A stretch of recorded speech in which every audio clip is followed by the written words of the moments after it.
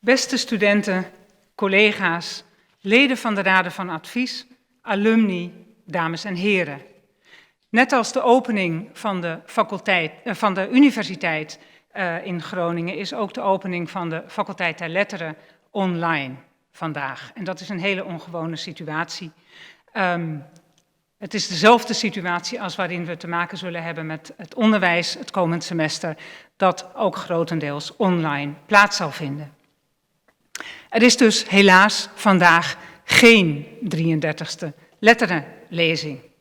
Die is uitgesteld tot volgend jaar, evenals het succesvolle letterenfestival dat we vorig jaar hebben gehad. We moesten vorig jaar opeens omschakelen naar online onderwijs. En ik heb heel veel bewondering, het hele faculteitsbestuur heeft erg veel bewondering voor de docenten en de studenten die dat voor elkaar hebben gekregen. Het was een extra inspanning en het is gelukt. We hebben een online enquête gehouden onder de studenten die afgelopen semester college hebben gevolgd online. En die hadden ook erg veel waardering voor de extra inspanning van de docenten. Maar natuurlijk levert zo'n situatie ook extra werkdruk op, extra onzekerheid. En is het niet een hele fijne situatie en niet de manier waarop we ons onderwijs eigenlijk willen vormgeven.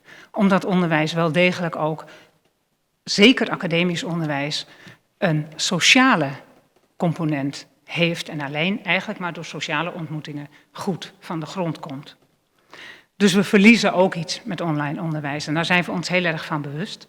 Dat betekent dat we die online situatie als een noodoplossing zien, waar we het komend semester noodgedwongen mee doorgaan, maar wel zo goed mogelijk. En we zijn beter voorbereid dan het vorige semester.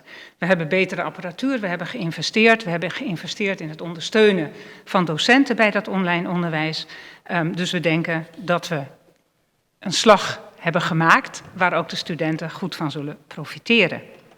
En wat we met z'n allen proberen zo goed mogelijk te doen, is voor alle studenten ook fysieke ontmoetingen organiseren. Dat kan zijn in de vorm van werkgroepen, mentorbijeenkomsten, responsiecolleges. Er zijn allerlei manieren waarop je dat kunt doen. En ik heb ook net gehoord van een collega dat dat voor opleidingen goed gelukt is. We hebben een tent neergezet, of meerdere tenten, op de pleinen rondom het Harmoniecomplex, waar ook wat bijzondere bijeenkomsten vormgegeven kunnen worden. En ook daarvan wordt gebruik gemaakt. Natuurlijk zijn studieverenigingen heel erg belangrijk in het vormgeven van deze sociale component. I want to give a special and warm welcome to our international students. For them, the situation is even more uncertain. And therefore, we are proud and honored that they chose Rijksuniversiteit Groningen as their, and the Faculty of Arts especially, as their place to study this coming academic year. Natuurlijk wil ik vanaf deze plaats ook graag iedereen, docenten en studenten, nog een keer oproepen om de coronaregels te volgen. De afstand van 1,5 meter, het vaak wassen van je handen en als er klachten zijn, blijf thuis.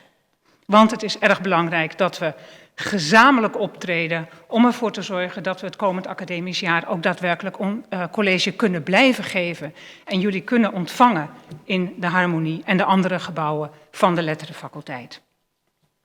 We doen dat samen en we proberen als faculteitsbestuur ook zo goed mogelijk de informatievoorziening te stroomlijnen naar staf en naar studenten. We hebben extra gremia ingericht met staf en studenten om ervoor te zorgen dat we over en weer van elkaar op de hoogte zijn wat er speelt. Ook dat proberen we het komend studiejaar zo goed mogelijk te doen. En mochten er dingen niet helemaal goed lopen, mochten jullie tips hebben hoe dat beter kan, kom dat vooral melden. Want ook wij kunnen nog steeds elke keer weer beter worden. Het is niet vanzelfsprekend altijd maar goed. Er zal het komend studiejaar ook extra tijd zijn weer en aandacht vooral voor onderzoek. Want dat is met het snel online gaan van het onderwijs wel een beetje tekortgeschoten. Docenten hadden nauwelijks tijd voor onderzoek. En er was ook niet zo heel veel aandacht voor, want dat kon niet in die stresssituatie. Dat wordt nu anders. We nemen natuurlijk deel ook als RUG, maar ook als faculteit, aan de 0,45% loonruimte die we zullen investeren in mensen die het heel erg moeilijk hebben, dus de meest schrijnende gevallen van onderzoekers met een tijdelijk contract, promovendi en tijdelijke onderzoekers, andere tijdelijke onderzoekers. Dat brengen we nu in kaart en daar horen jullie het komend semester ook meer van. Maar we hebben ook geïnvesteerd in ons gebouw. We hebben ervoor gezorgd dat we nu bezig zijn met het maken van zogenaamde collaboratories voor onderzoekers om elkaar te kunnen ontmoeten, best practices uit te wisselen, ideeën uit te wisselen, zodat dat onderzoek ook weer een stapje vooruit gaat. De letterenfaculteit herbergt erg veel verschillende disciplines. En dat hoef ik van de mensen die daar werken en daar studeren eigenlijk niemand te vertellen. We hebben heel veel verschillende vakgebieden, heel veel verschillende opleidingen. Maar we zijn wel één community. Dat is het afgelopen semester gebleken en ik ben er zeker van dat ook het komend studiejaar dat we dat waar zullen maken, dat we één community zijn. We hebben veel verbindingen onderling, maar we hebben ook heel veel verbindingen naar de maatschappij. We zijn een grote faculteit en leiden elk jaar vreselijk veel studenten op die, ja, eigenlijk zou je kunnen zeggen, dat is misschien wel onze grootste maatschappelijke impact die je als faculteit kunt hebben, de opgeleide studenten. Maar we doen naast ons fundamenteel onderzoek ook heel veel onderzoek waar we die connectie met de maatschappij waarmaken en duidelijk maken en laten zien. En dan is het in deze tijd natuurlijk vanzelfsprekend dat je zegt, ook corona-gerelateerd onderzoek, dat doen we ook daadwerkelijk.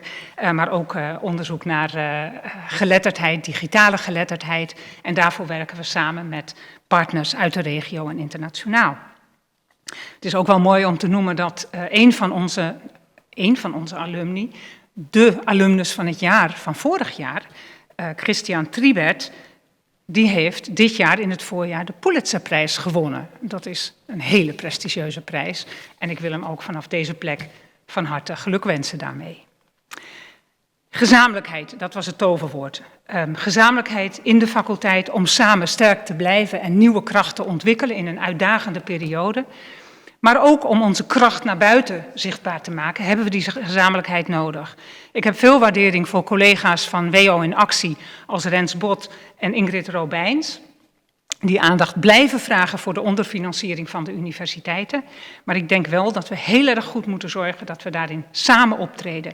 Bestuurders, staf en studenten en alumni zijn daarbij ook onze ambassadeurs. Nu is het tijd om onze spreker, onze inhoudelijke spreker, te introduceren. Dat is onze docent van het jaar, van het vorige academisch jaar, Lars Rensman. En hij zou hier eigenlijk live zijn, maar dat kon niet, omdat hij een poosje in zelfquarantaine moest in Italië. Dat zijn de situaties waarin we in dit tijdsgevricht zo nu en dan mee te maken krijgen.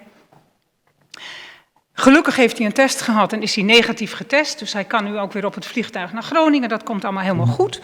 Maar hij spreekt nu online tot ons over de verantwoordelijkheid van de geesteswetenschappen tijdens de COVID-19-pandemie en het belang van de creatieve en kritische manier van nadenken van de geesteswetenschappen. En zijn lezing heet The Imaginative Sciences After COVID-19 on Social Responsibility and the Future of the Humanities in Times of Crisis. Ik geef heel graag het woord aan Lars Rensman en kom daarna heel kort nog even bij u terug. Yeah, thank you very much, dear Dean, dear faculty colleagues, dear students, dear alumni, dear guests. I'm honored to speak to you today and welcome you together with the Dean and the faculty to the new academic year, even though I cannot yet be there in person. So I want to start with a provocative statement. The humanities are dead. And this is at least what we read in Newsweek last month by Bruce Abramson, but it's not the only one who says so.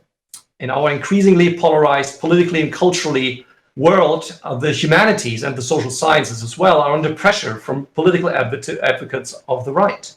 They claim the humanities have lost their way. that they have turned into a self-recruiting, one-dimensional factory of elite liberal values focused on political norms of the present, yet blindly denigrating the historical and complex cultural legacies of the past. And from political advocates on the left who suggest the humanities are still all too steeped in these legacies, some of them colonial, that they are too uncritical of their founders and those who have given the European humanities, as we know them, their lasting directions, most of them dead white men.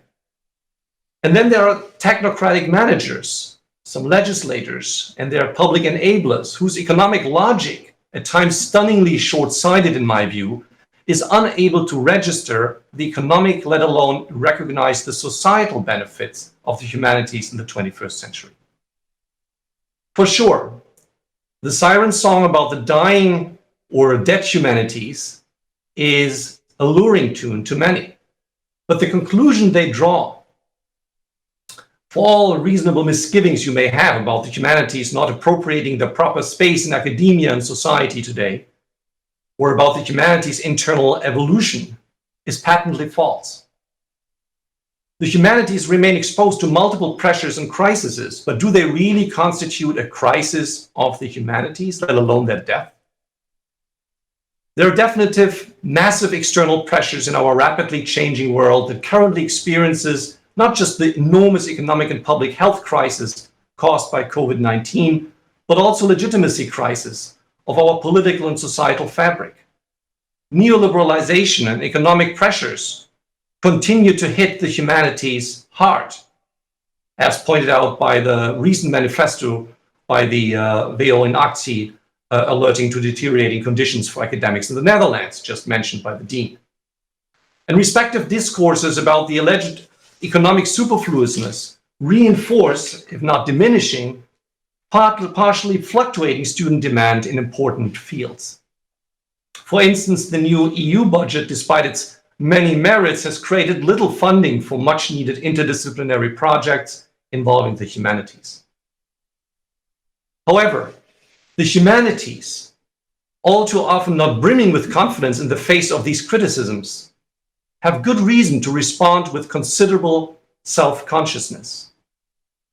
Surely the humanities PR can be improved, generally speaking here, not in reference to our hardworking staff at the Faculty of Arts. But it is a big mistake, an utter failure, to not recognize the humanities as a key, indeed an indispensable critical resource for society, especially in times of crisis, and especially after COVID-19. Think of the emergence of a digital post-factual world that has structurally transformed the public sphere and our public conversations about policies, ideas, cultures, or the arts. In discussions at the EU Commission in 2019 about the need for bold regulatory changes to the largely unregulated wild world of social media, to a large extent a post-factual world of unrestricted bullying, of unfiltered, commercially promoted misinformation, I was not only told that tweaking the corporate social media empire here and there would be entirely sufficient. Nothing could be more misguided in my view. While yellow vest protesters were demonstrating in front of the Commission building, I was also proudly told that this insight was the product of interdisciplinary work among economists, engineers, and lawyers, excluding the insights of those who are actually studying human affairs and communications, from psychologists to media studies researchers, political scientists, but also to historians, cultural studies researchers, linguists, and the humanities as a whole.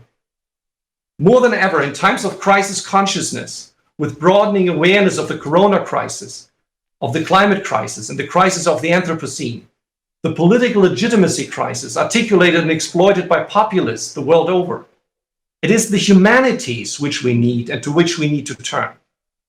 The humanities, broadly and expansively understood, are for me the critical sciences of the human imagination, the sciences of creativity, the human sciences, and the sciences of human self-reflection. And I include, no offense to Groningen's faculty organization, philosophy here as well. They are not and should not be, if they intend to preserve and possibly expand their intrinsic and their social meaning, opposed to sciences and scientific reasoning.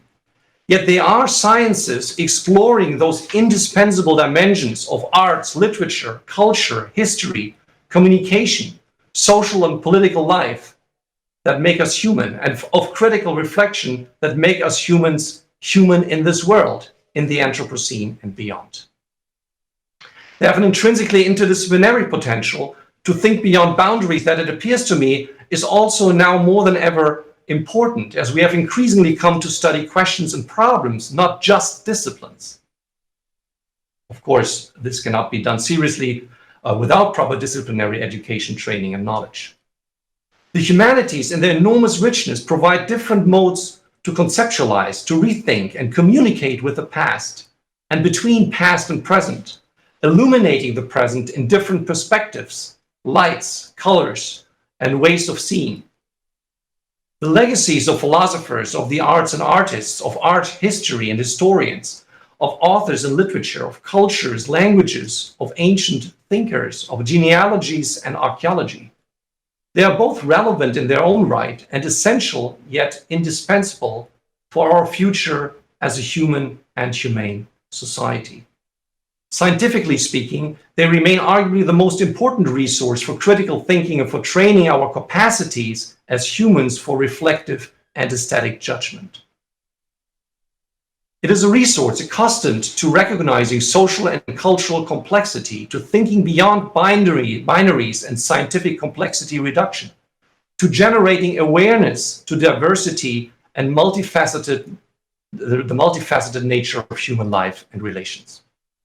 This self-understanding is what we need to reclaim, I think, boldly and self-assertively. Our disciplines at the faculty point to critical paths for the study of the history of societal crises, of the breakdown of civilizations and its multiple causes, including environmental ones, since ancient times, and of cultures coping with plagues. These disciplines have long understood, for example, the role of questions of identity as a powerful driving force, for better or worse, in history, in art history, in culture, the arts, the literary imagination, in human society and politics. And they have long understood the need for interdisciplinarity if we are to study the big questions of our time seriously, adequately, that is, in cultural and historical contexts. The COVID-19 crisis has only reinforced the need for the resources and critical horizons provided by the humanities. In conclusion, I would like to briefly emphasize three directions or elements which, in my view, the humanities should address in their own way, for their preservation, for their renewal, and in terms of social responsibility in times of crises. The general threat: we succeed if we do what we believe in and what we do best. It is in that spirit that I see our institutional path evolve. This means, first, that our faculty needs to be not exclusively research-centered, but remain research-driven, also in its various educational programs. Second, the corona crisis has accelerated the need for e-learning and digital modes of instruction. Many of us have been struggling with the speed of this transformation, which will certainly continue to shape this academic year. I think it is very important to be open-minded about the evolution of digital tools and the way we can use them to teach and supervise. We need not to be able to fully replicate or replace on-site learning, the on-site learning environment and the social dimensions this entails, but we can do other different things. Innovations in the digital humanities have shown us hybrid paths also for education. They allow us to better understand and illustrate everyday culture, for instance, in ancient times. Yet we also need to reflect upon and beware of the limits and challenges of digitizations in the humanities. There is, for instance, the threat that existing inequalities in higher education are reinforced both globally and locally among instructors and students, rather than making the university and the humanities more inclusive. I'm also thinking about some university administrators hope to save money by reintroducing standardized MOOCs, the massive open online courses that were dropped years ago because of poor learning effects, which would bolster an unfortunate trend criticized by Stefan Collini, the trend to reduce academic education to consumerism where students pick ready-made, decontextualized academic products. Marianne Wolf, the former director of the Center for Reading and Language Research at Tufts University, has pointed out that developing a bilaterate brain, one adapted to both digital and traditional print literacy, has never been more important. However, interdisciplinary research from neuroscientists and educators shows that in the wake of digital reading, there's an overall decline of deep reading skills.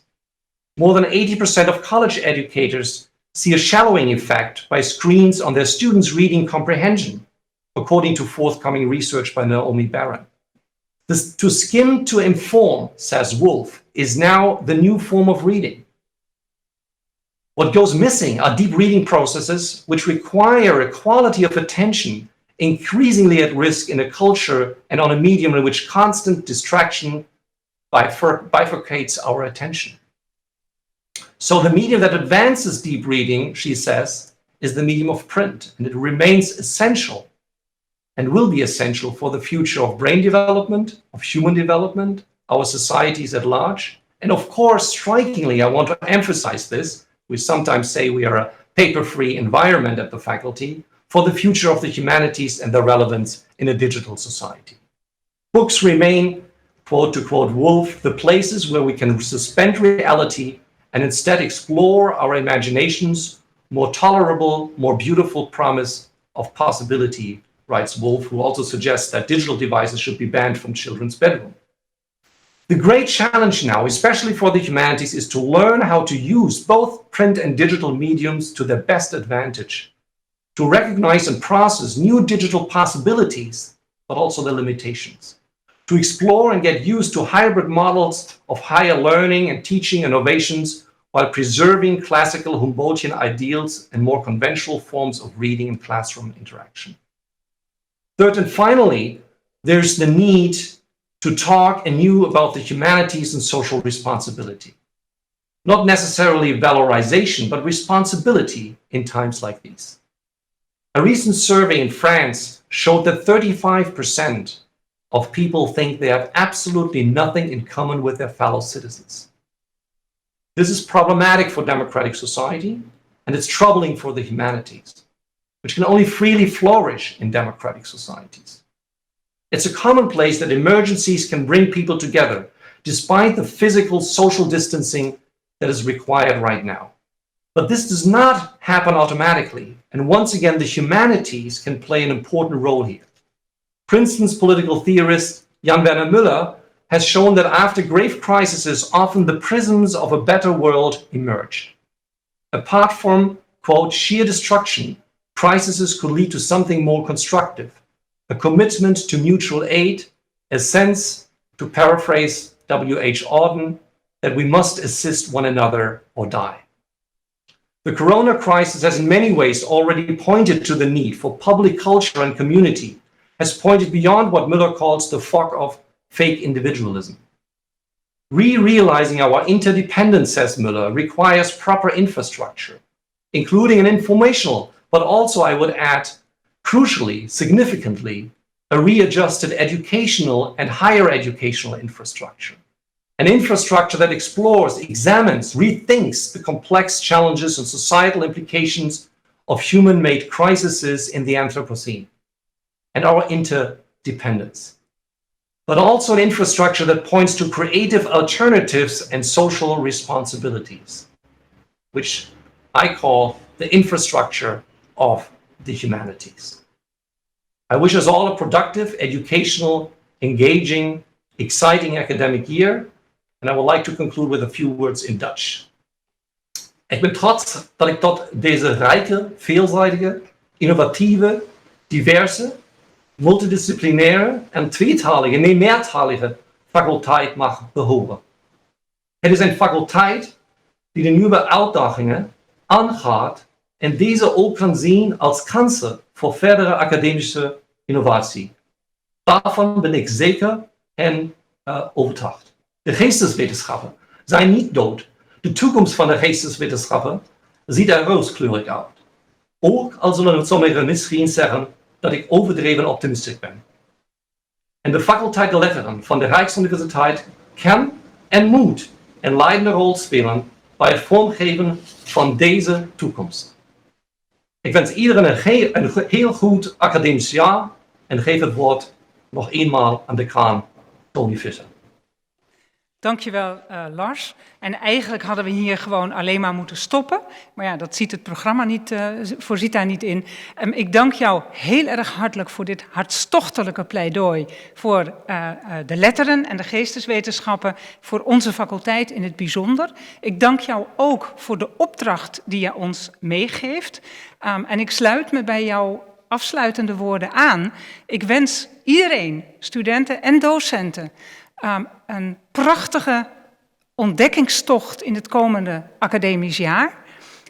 Met de opdracht van Lars in het hoofd laten we samen niet alleen kennis vergaren, maar ook proberen hoe we deze wereld beter kunnen maken. Een betere plek, niet alleen voor de mensen, maar voor alle levende wezens op deze aarde. Oh, het wordt nu wel een beetje, ja, ik sta hier achter zo'n spreekgestoelte, dan wordt het bijna een preekgestoelte. Maar dat wens ik iedereen toe.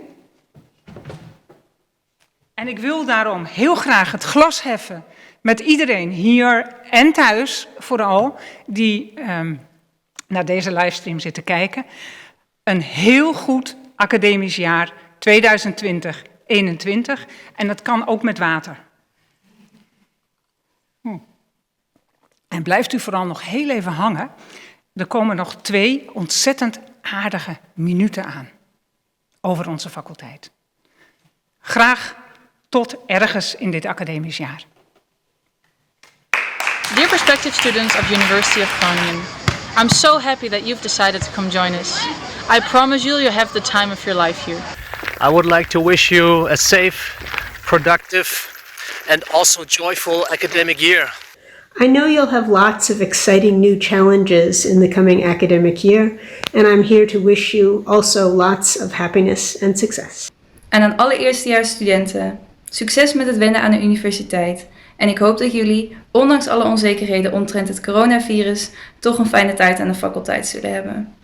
Ik heb er zin in en ik hoop dat we er weer een mooi jaar van kunnen maken met z'n allen. Dear students, I wish you a good year, a year full of discoveries at our university, and good health. Happy new school year, everyone.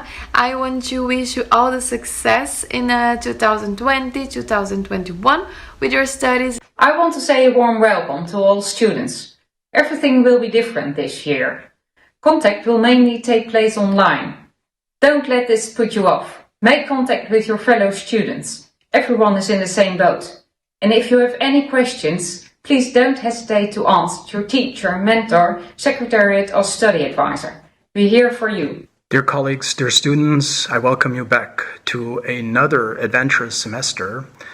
I'm sure what lies ahead of us is a rather bumpy road, but I'm also sure that we will manage together in the best of all ways. Good luck for the coming semester. En ik wens jullie allemaal een gezonde en een goede start van het nieuwe studiejaar. I want to wish everyone good luck on the next academic year. Despite it being different in the other ones, I'm sure we're going to be able to make the best out of it and enjoy our time at university. The weather's probably going to be this grey a lot of times. But make sure the sun is always shining in there. Have a great start of the academic year and show everyone what you're capable of. Good luck, guys.